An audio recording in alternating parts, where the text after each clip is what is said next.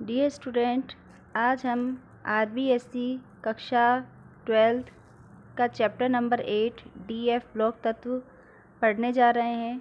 DF block तत्वों के पढ़ने से पहले हमें आवर्त सारणी के बारे में जानकारी होना ज़रूरी है।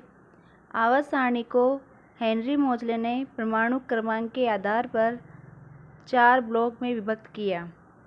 वो मुख्य रूप से S, P, D, F block के तत्व हैं। इस आवर्त सारणी को 18 वर्ग तथा 7 आवर्त में विभक्त किया। वर्ग ऊपर से नीचे जाने वाली लाइनें होती है, आवर्त बाएं से दाएं जाने वाली। वर्ग फर्स्ट और वर्ग सेकंड को हम एस ब्लॉक तत्व कहते हैं, जिसमें वर्ग फर्स्ट क्षार धातु और वर्ग सेकंड क्षारीय मृदा धातु कहलाता है। वर्ग 3 से वर्ग 12 तक डी ब्लॉक तत्व आते हैं, जिन्हें हम संक्रमण तत्व भी कहते हैं। वर्ग 3 तथा आवर्त 6, 7 को हम एफ ब्लॉक तत्व कहते हैं। इन्हें अंतर संक्रमण तत्व भी कहते हैं। अंतर संक्रमण तत्व क्यों? क्योंकि ये डी ब्लॉक के वर्ग 3 से ही अलग किए हुए हैं। वर्ग 13 से वर्ग 18 पी ब्लॉक तत्व कहलाता है, जिन्हें हम मुख्य तत्व भी कहते हैं। इसमें पी ब्लॉक में वर्ग 16 चालकोजन, वर्ग 17 हैलोजन और वर्ग 18 जीरो ग्रुप या नोबल गैस भी कहलाता है। इस चैप्टर में हम डी ब्लॉक तत्वों का अध्ययन कर रहे हैं और एस और पी ब्लॉक तत्वों का अध्ययन नेक्स्ट चैप्टर में होगा।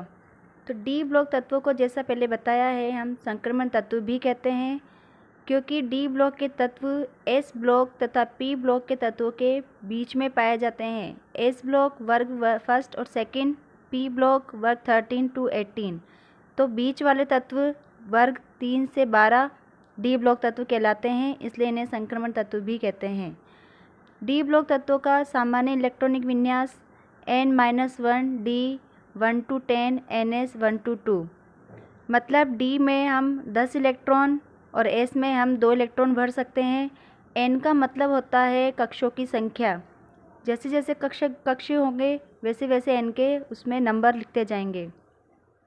नेक्स्ट पॉइंट, ऑक्सीकरण अवस्था। डी ब्लॉक के तत्व अलग अलग यौगिकों में अलग अलग ऑक्सीकरण अवस्था दर्शाते हैं, क्योंकि इनकी संयोजकता अलग अलग होती है। उदाहरण के रूप में हम देखें तो MnO2 ये एक यौगिक है। इसमें हमें Mn जो एक डी ब्लॉक तत्व है, इसकी ऑक्सीकरण अवस्था निकालनी है। तो Mn को हम X मान लेंगे और ऑक्सीजन की संख्या है 2 और ऑक्सीजन की संयोजकता होती है -2, तो उसको ब्रैकेट में लेके =0 मान के हम इसकी ऑक्सीकरण अवस्था +4 निकाल लेते हैं। एक दूसरा यौगिक लें हम MnO, जिसमें भी हमें Mn की ही ऑक्सीकरण अवस्था निकालनी है। तो इसमें Mn को मानेंगे X, ऑक्सीजन के नंबर है 1 और इसकी संयोजकता -2, तो X +2 इसकी ऑक्सीकरण अवस्था निकल जाती है। तो उदाहरण से पता चल रहा है कि डी ब्लॉक के तत्व अलग अलग यौगिकों के साथ अलग अलग ऑक्सीकरण अवस्था भी दर्शाते हैं। नेक्स्ट, हम डी ब्लॉक तत्वों में से जिंक, कैडमियम, मरकरी, इनका जब इलेक्ट्रॉनिक विन्यास लिखते हैं तो ये संक्रमण तत्व नहीं कहलाते हैं, क्योंकि इनके इलेक्ट्रॉनिक विन्यास में जो डी कक्षक होता है वो पूरा भरा होता है, और डी कक्षक पूरा भरा होने पर वो संक्रमण तत्व नहीं कहलाते हैं। उदाहरण के लिए हमने जिंक का इलेक्ट्रॉनिक विन्यास बनाया 1s2, 2s2, 2p6, 3s2, 3p6, 4s2, 3d10।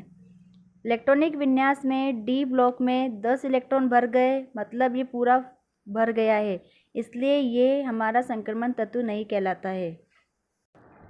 जिन तत्वों का इलेक्ट्रॉनिक विन्यास में डी कक्षक में 4 या 9 इलेक्ट्रॉन उपस्थित होते हैं, उनमें स्थायित्व को पाने के लिए एक एक इलेक्ट्रॉन उत्तेजित होकर पहले वाले कक्षक से डी कक्षक में चले जाते हैं। अर्थात डी ब्लॉक में 5 कक्षक होते हैं, जिसमें कुल 10 इलेक्ट्रॉन आ सकते हैं। तो 4 इलेक्ट्रॉन होने पर वो एक इलेक्ट्रॉन पहले वाले कक्षक से ले लेगा और डी में 5 इलेक्ट्रॉन हो जाएंगे, तो ये स्थायित्व हो जाएगा, अर्ध भरा हुआ कक्षक हो जाएगा। डी में 9 इलेक्ट्रॉन होने पर वो भी पहले वाले कक्षक से एक इलेक्ट्रॉन लेगा और उसमें कुल 10 इलेक्ट्रॉन हो जाएंगे, वो पूरा भर जाएगा, भरा हुआ कक्षक स्थायित्व प्राप्त कर लेगा। तो इस तरह से कुछ तत्व इलेक्ट्रॉनिक विन्यास में इलेक्ट्रॉन को जंप करवा के अपने स्थायित्व को प्राप्त करते हैं। उसमें से हम उदाहरण लेते हैं क्रोमियम। इसका परमाणु क्रमांक होता है 24।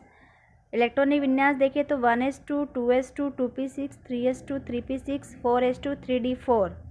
जैसे इसमें पता चल रहा है कि D में 4 इलेक्ट्रॉन है, तो इसको स्थायित्व के लिए 4s कक्षक में से एक इलेक्ट्रॉन जंप करके 5d में चला जाएगा और इलेक्ट्रॉनिक विन्यास बनेगा 1s2, 2s2, 2p6, 3s2, 3p6, 4s1, 3d5।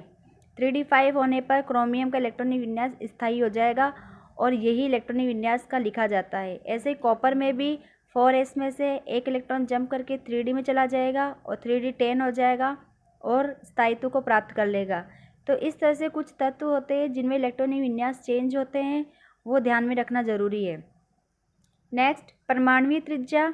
D block के तत्व या कोई से भी ब्लॉक के तत्व हो, उसमें आवर्त सारणी में वर्ग में से ऊपर से नीचे जाने पर परमाणुवीय त्रिज्या बढ़ती है, क्योंकि ऊपर से नीचे जाने पर उनके जो कक्षों की संख्या होती है वो भी बढ़ती जाती है, जिससे उसका आकार बढ़ता जाता है। और आवर्त में बाएं से दाएं जाने पर परमाणुवीय त्रिज्या घटती है। आगे आपको आवर्त सारणी दी गई है जिसमें डी ब्लॉक के तत्व भी हैं। इनका आपको इलेक्ट्रॉनिक विन्यास बनाना है और इसका अध्ययन करना है।